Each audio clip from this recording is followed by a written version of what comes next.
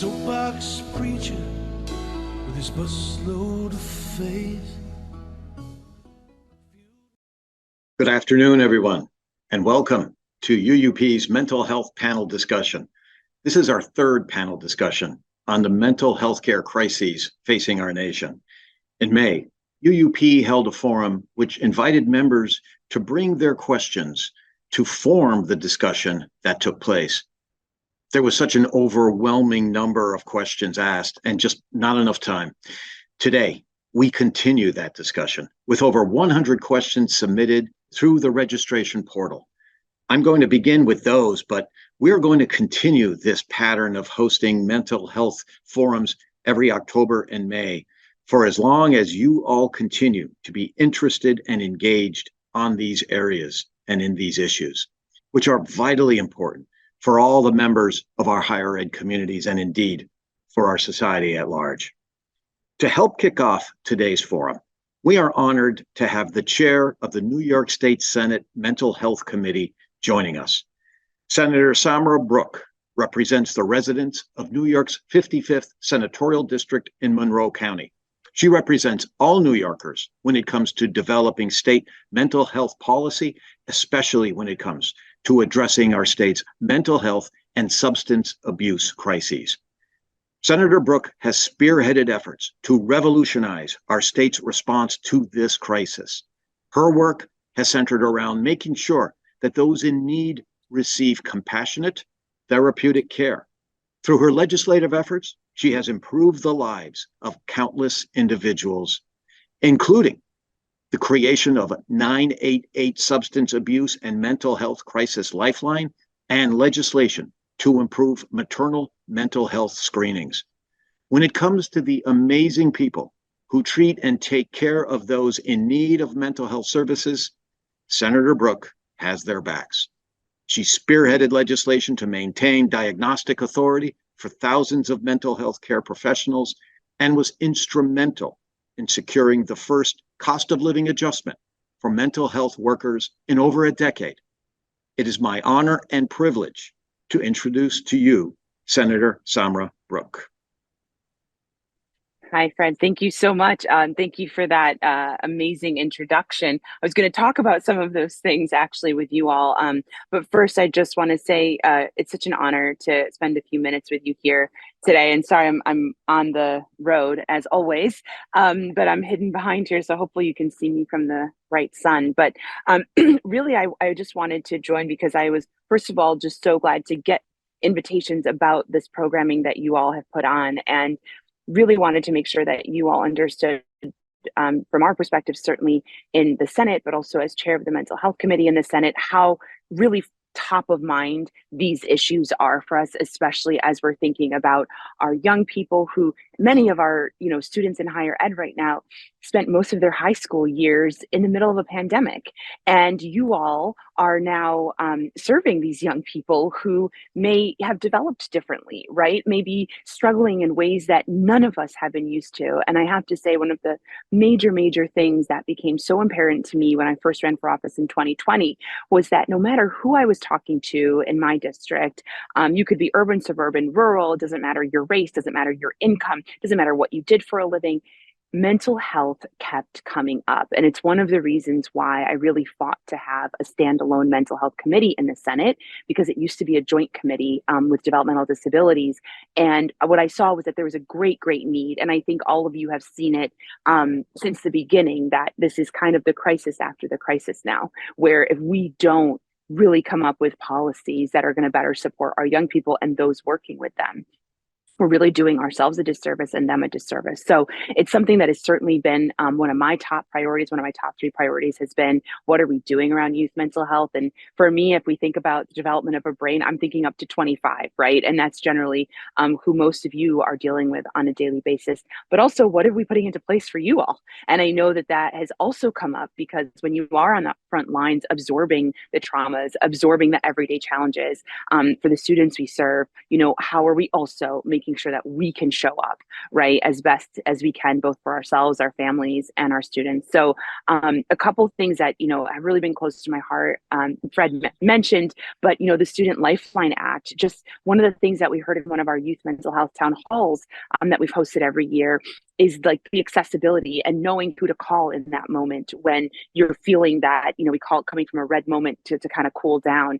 And we all know we use our student ID cards everywhere we go. It's what you use to get lunch. It's how you get into your dorm, or it's how you get into your buildings for class. So what if we were able to make sure that the right information was there if you needed it, and really made people feel more comfortable seeking that help, right? Sometimes these are huge crises that you need medical evaluations and you need transport. And other times, as I'm sure you've seen, these are minor crises that feel really heavy in the moment, but absolutely can be de-escalated through text or call, and then perhaps pairing you with someone that you trust, whether that be an educator, whether that be a counselor, a healthcare provider. And so that's one thing that we're going to be very focused on. And the other thing is making sure also that staff really feel like they have the tools and understanding on how they can best serve. And so these are things that I can only stay for a little, but I will have my staff on, because I think that there's a lot that we can learn to make sure that we are also taking your voices as we look to budgetary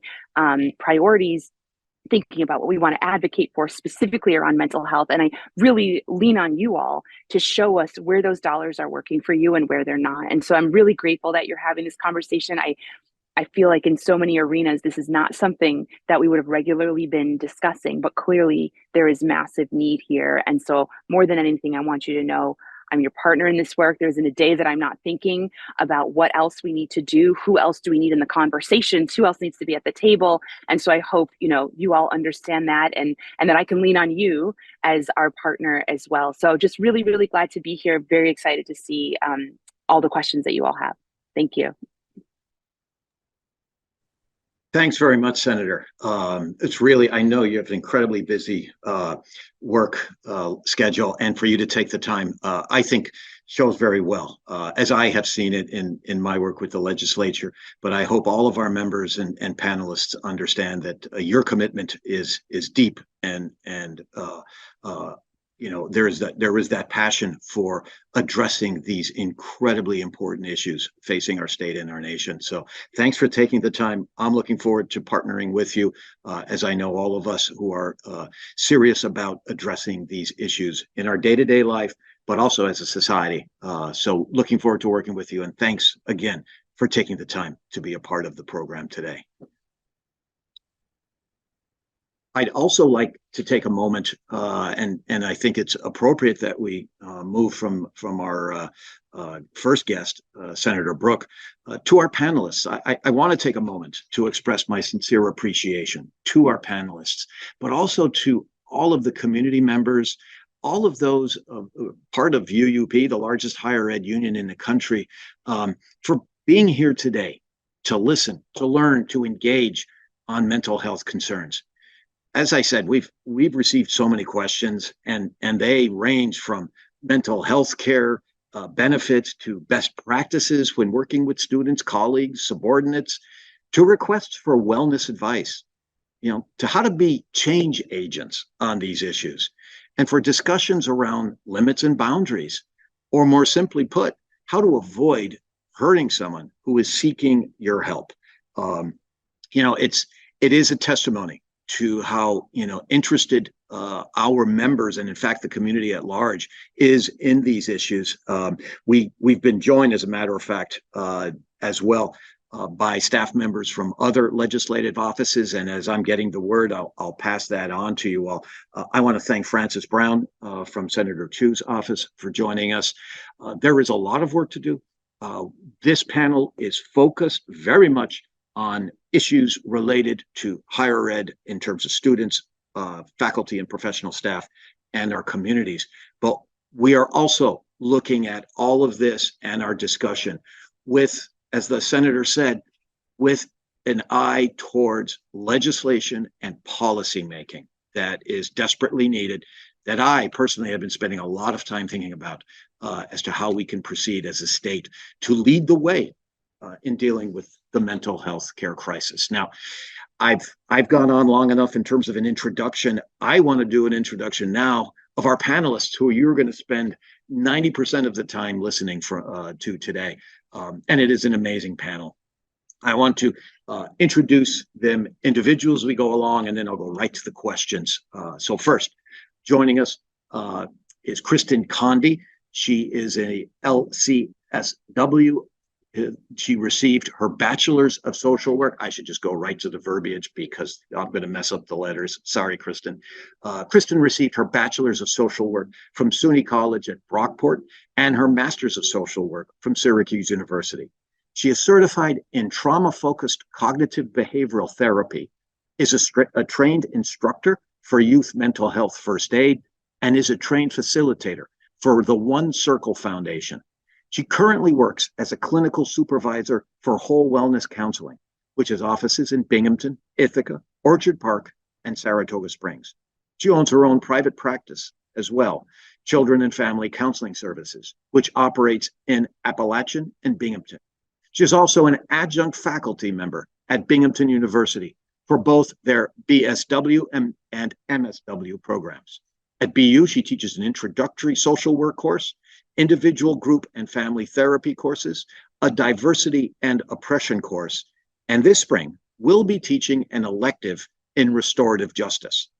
She has worked in a variety of settings, including schools, clinics, group homes, and nursing homes.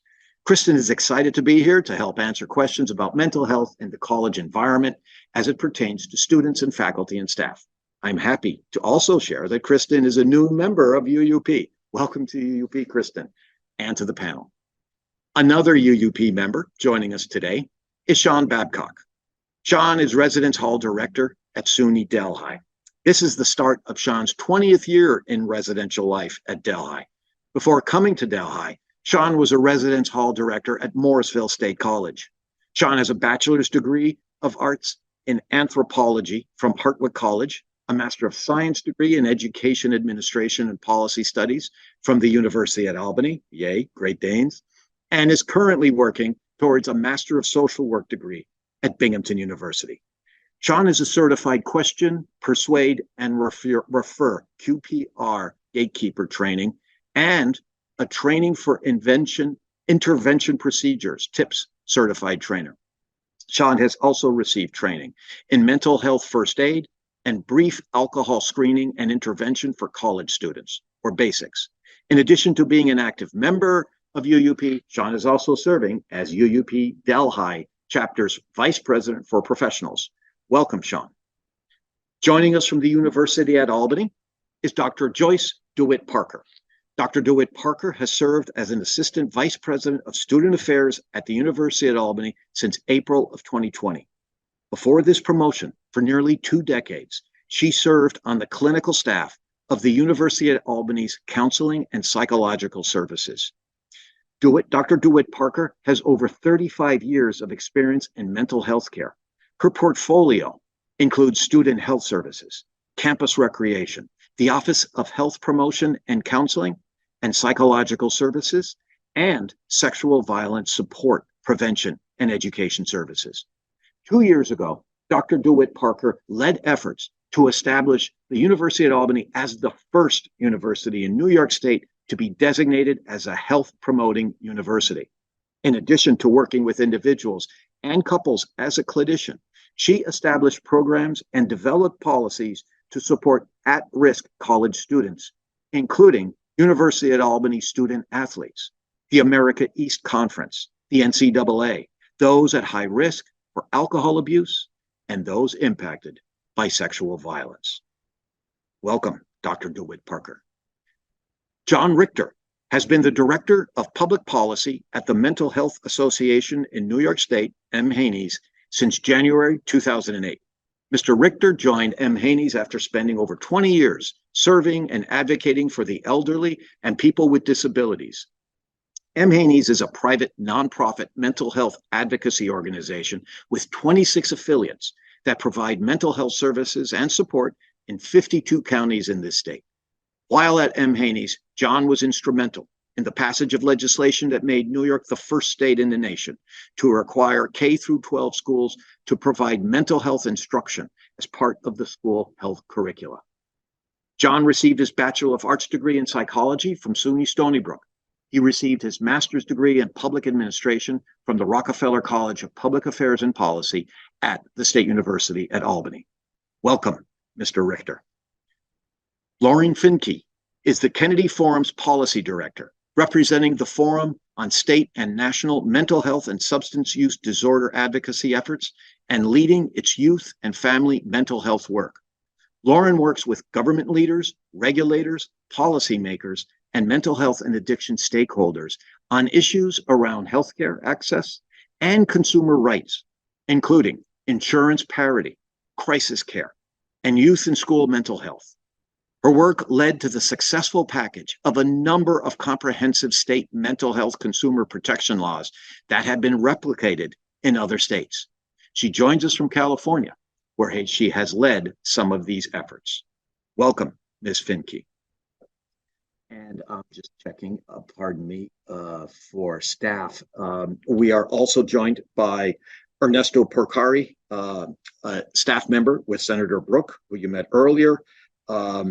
Also, Jobim Steyermark, who is on the staff of Senator Breslin. I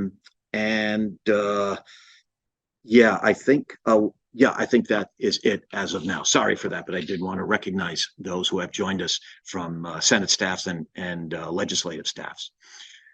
So now we move to the questions that have been submitted, and we have a lot of them. We wanted to make sure we picked and chose those questions that we believe will lead to the fullest discussion and conversation. And with that, I want to start with a couple of big picture questions first for all of you on the panel.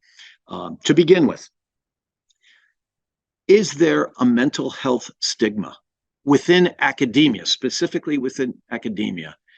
And if so, why and what are some practical ways to reduce mental health stigma within academia? I would invite you as well, perhaps, to mention as to reasons you see for such a stigma that might be unique to academia. With that, I will open the floor to the panelists. Anyone who would like to go first, simply unmute yourself and go right ahead.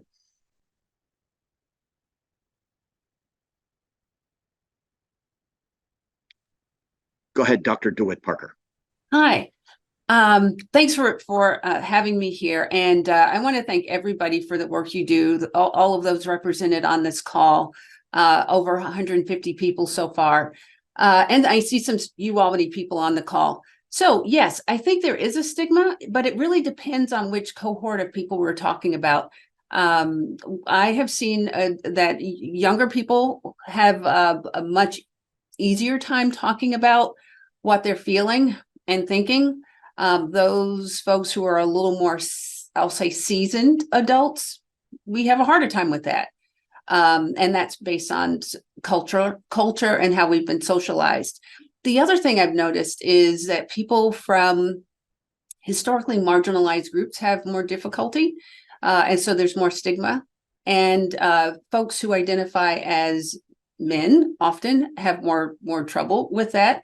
And I've also noticed that student athletes and student leaders in particular, folks who take a great deal of pride in feeling strong or seen as having it all together, also struggle with being outspoken or speaking up when they're having some trouble.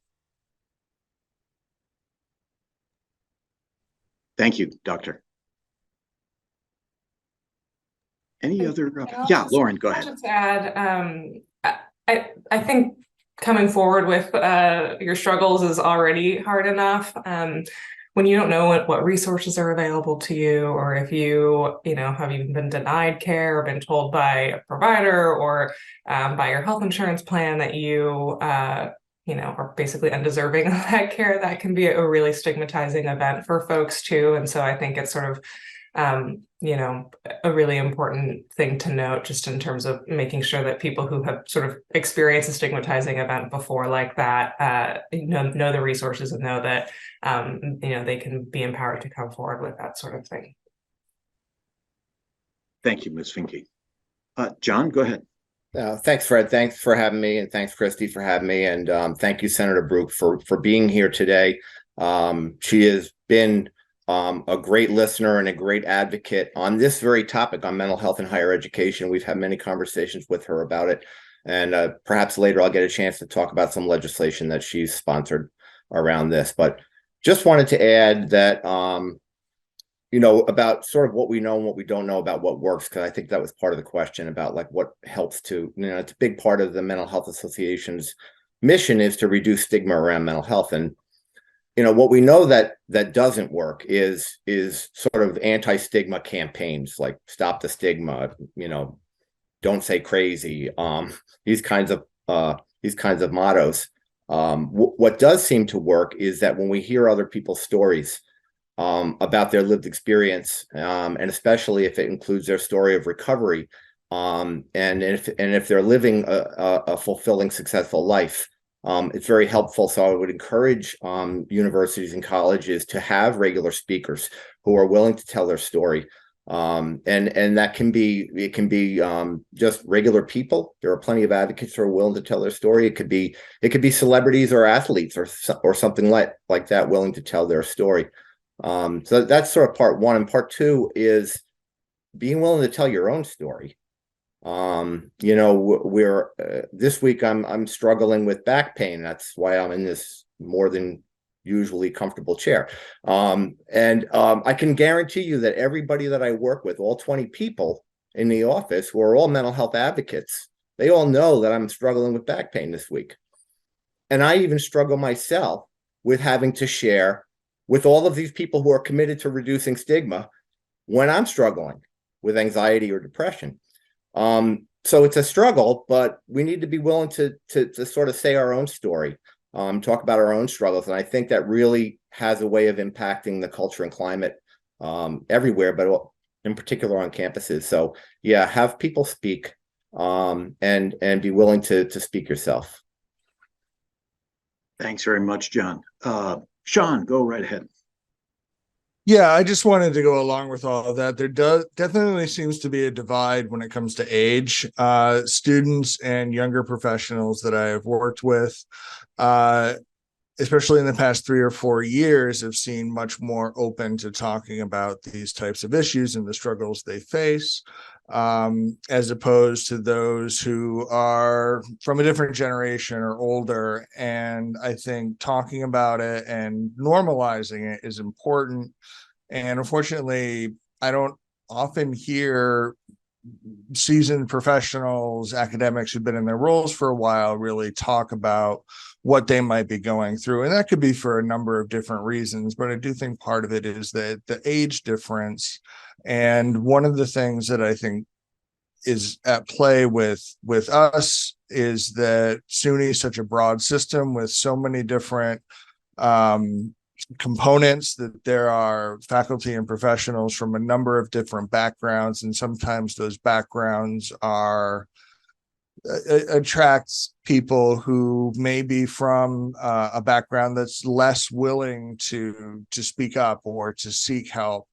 And then there's people from backgrounds that are very open about it. And I think whenever people can talk about what it is they're going through, it makes it easier for our peers as faculty and staff, and also for our students to open up and seek out what resources might exist for them. So I definitely agree with that, and have seen it for myself. Thanks, Sean. Kristin, please go ahead. Yes, thank you. So I was just thinking as I was hearing this that one of the things that is important, we've got these students who are more open to talking about things, and there's a lot of teaching about self-care even within the programs. But I think when we have a generation of people who are the people instructing the courses that aren't as open about it, those students are maybe feeling not heard when they're saying that they do need to do some self-care in order to be in a better headspace.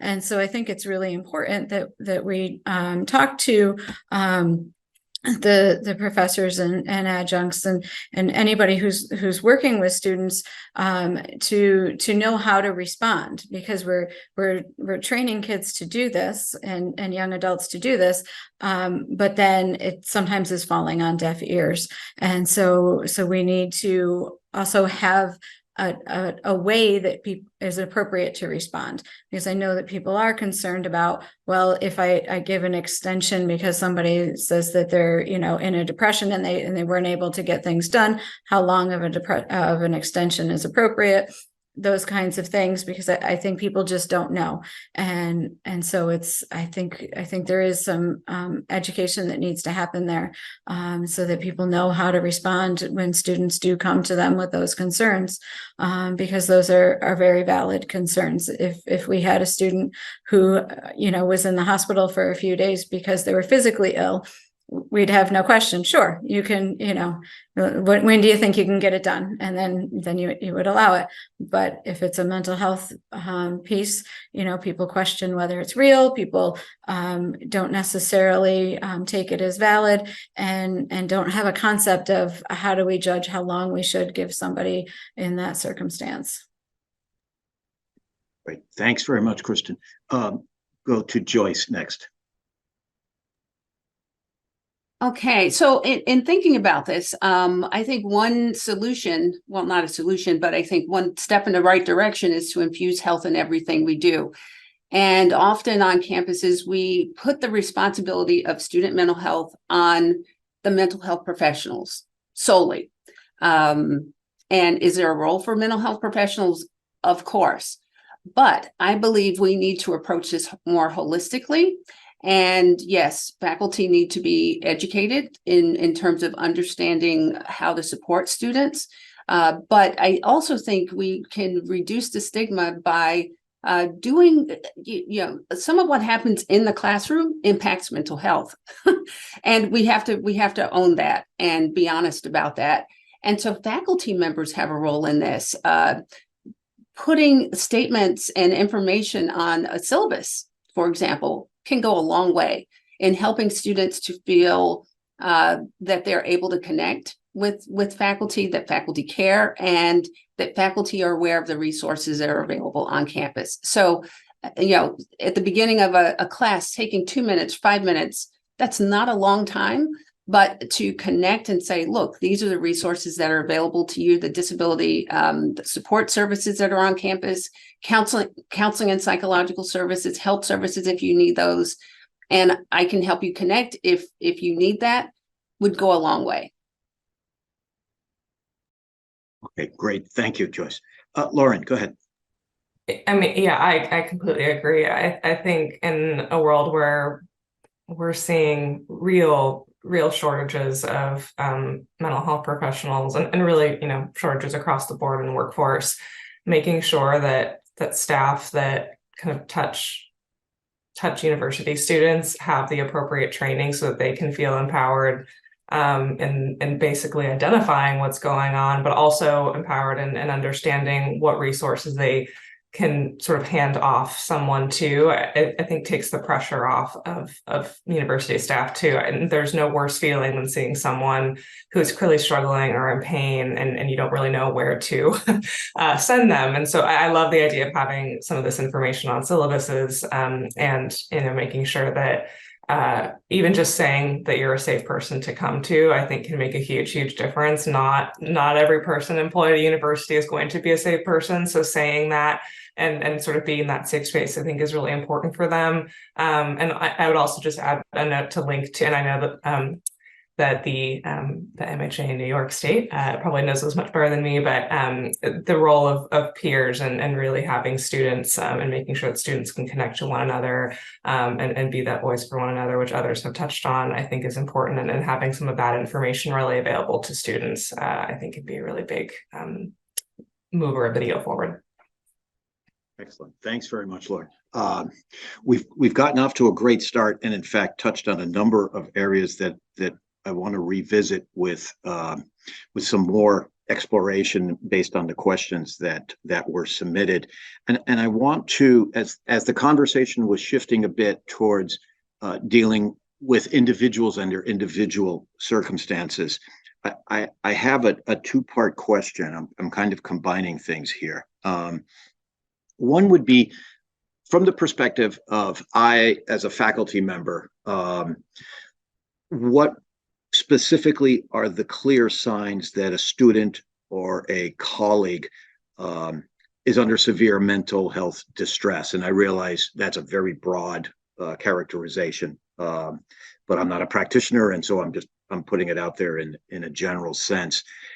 Conversely, so this is the second part of the question, and it's more for someone perhaps in the audience who, or myself. How can I differentiate between a temporary emotional crisis and a more serious mental health emergency? How much of this is stress? How much of this is actual, a severe condition that needs to be treated professionally? Not that, too much stress doesn't need to be treated professionally. But so I give you those two, that as one who is attempting to be, Lauren, as you were saying, the helpful person, and on the other hand, what about in circumstances where I need to know whether or not I need help?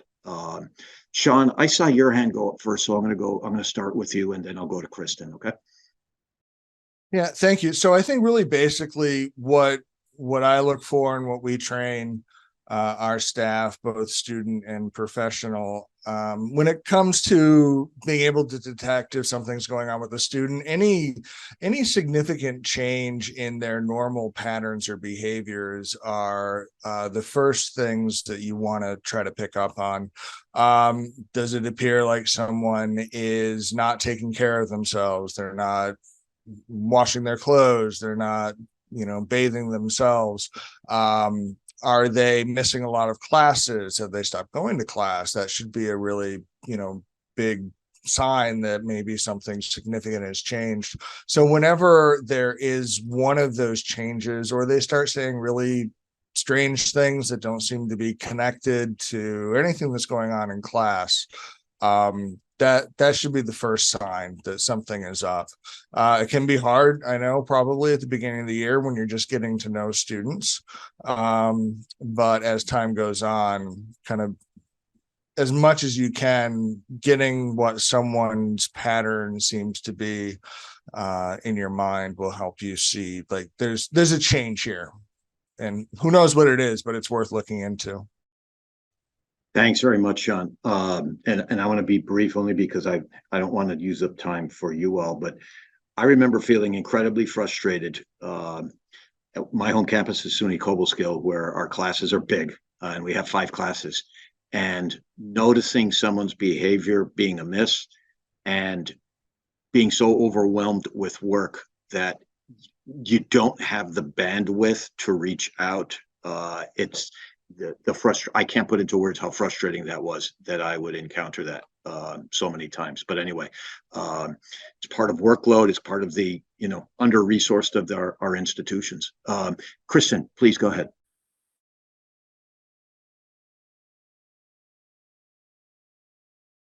Oh, if you could unmute first. Sorry about that.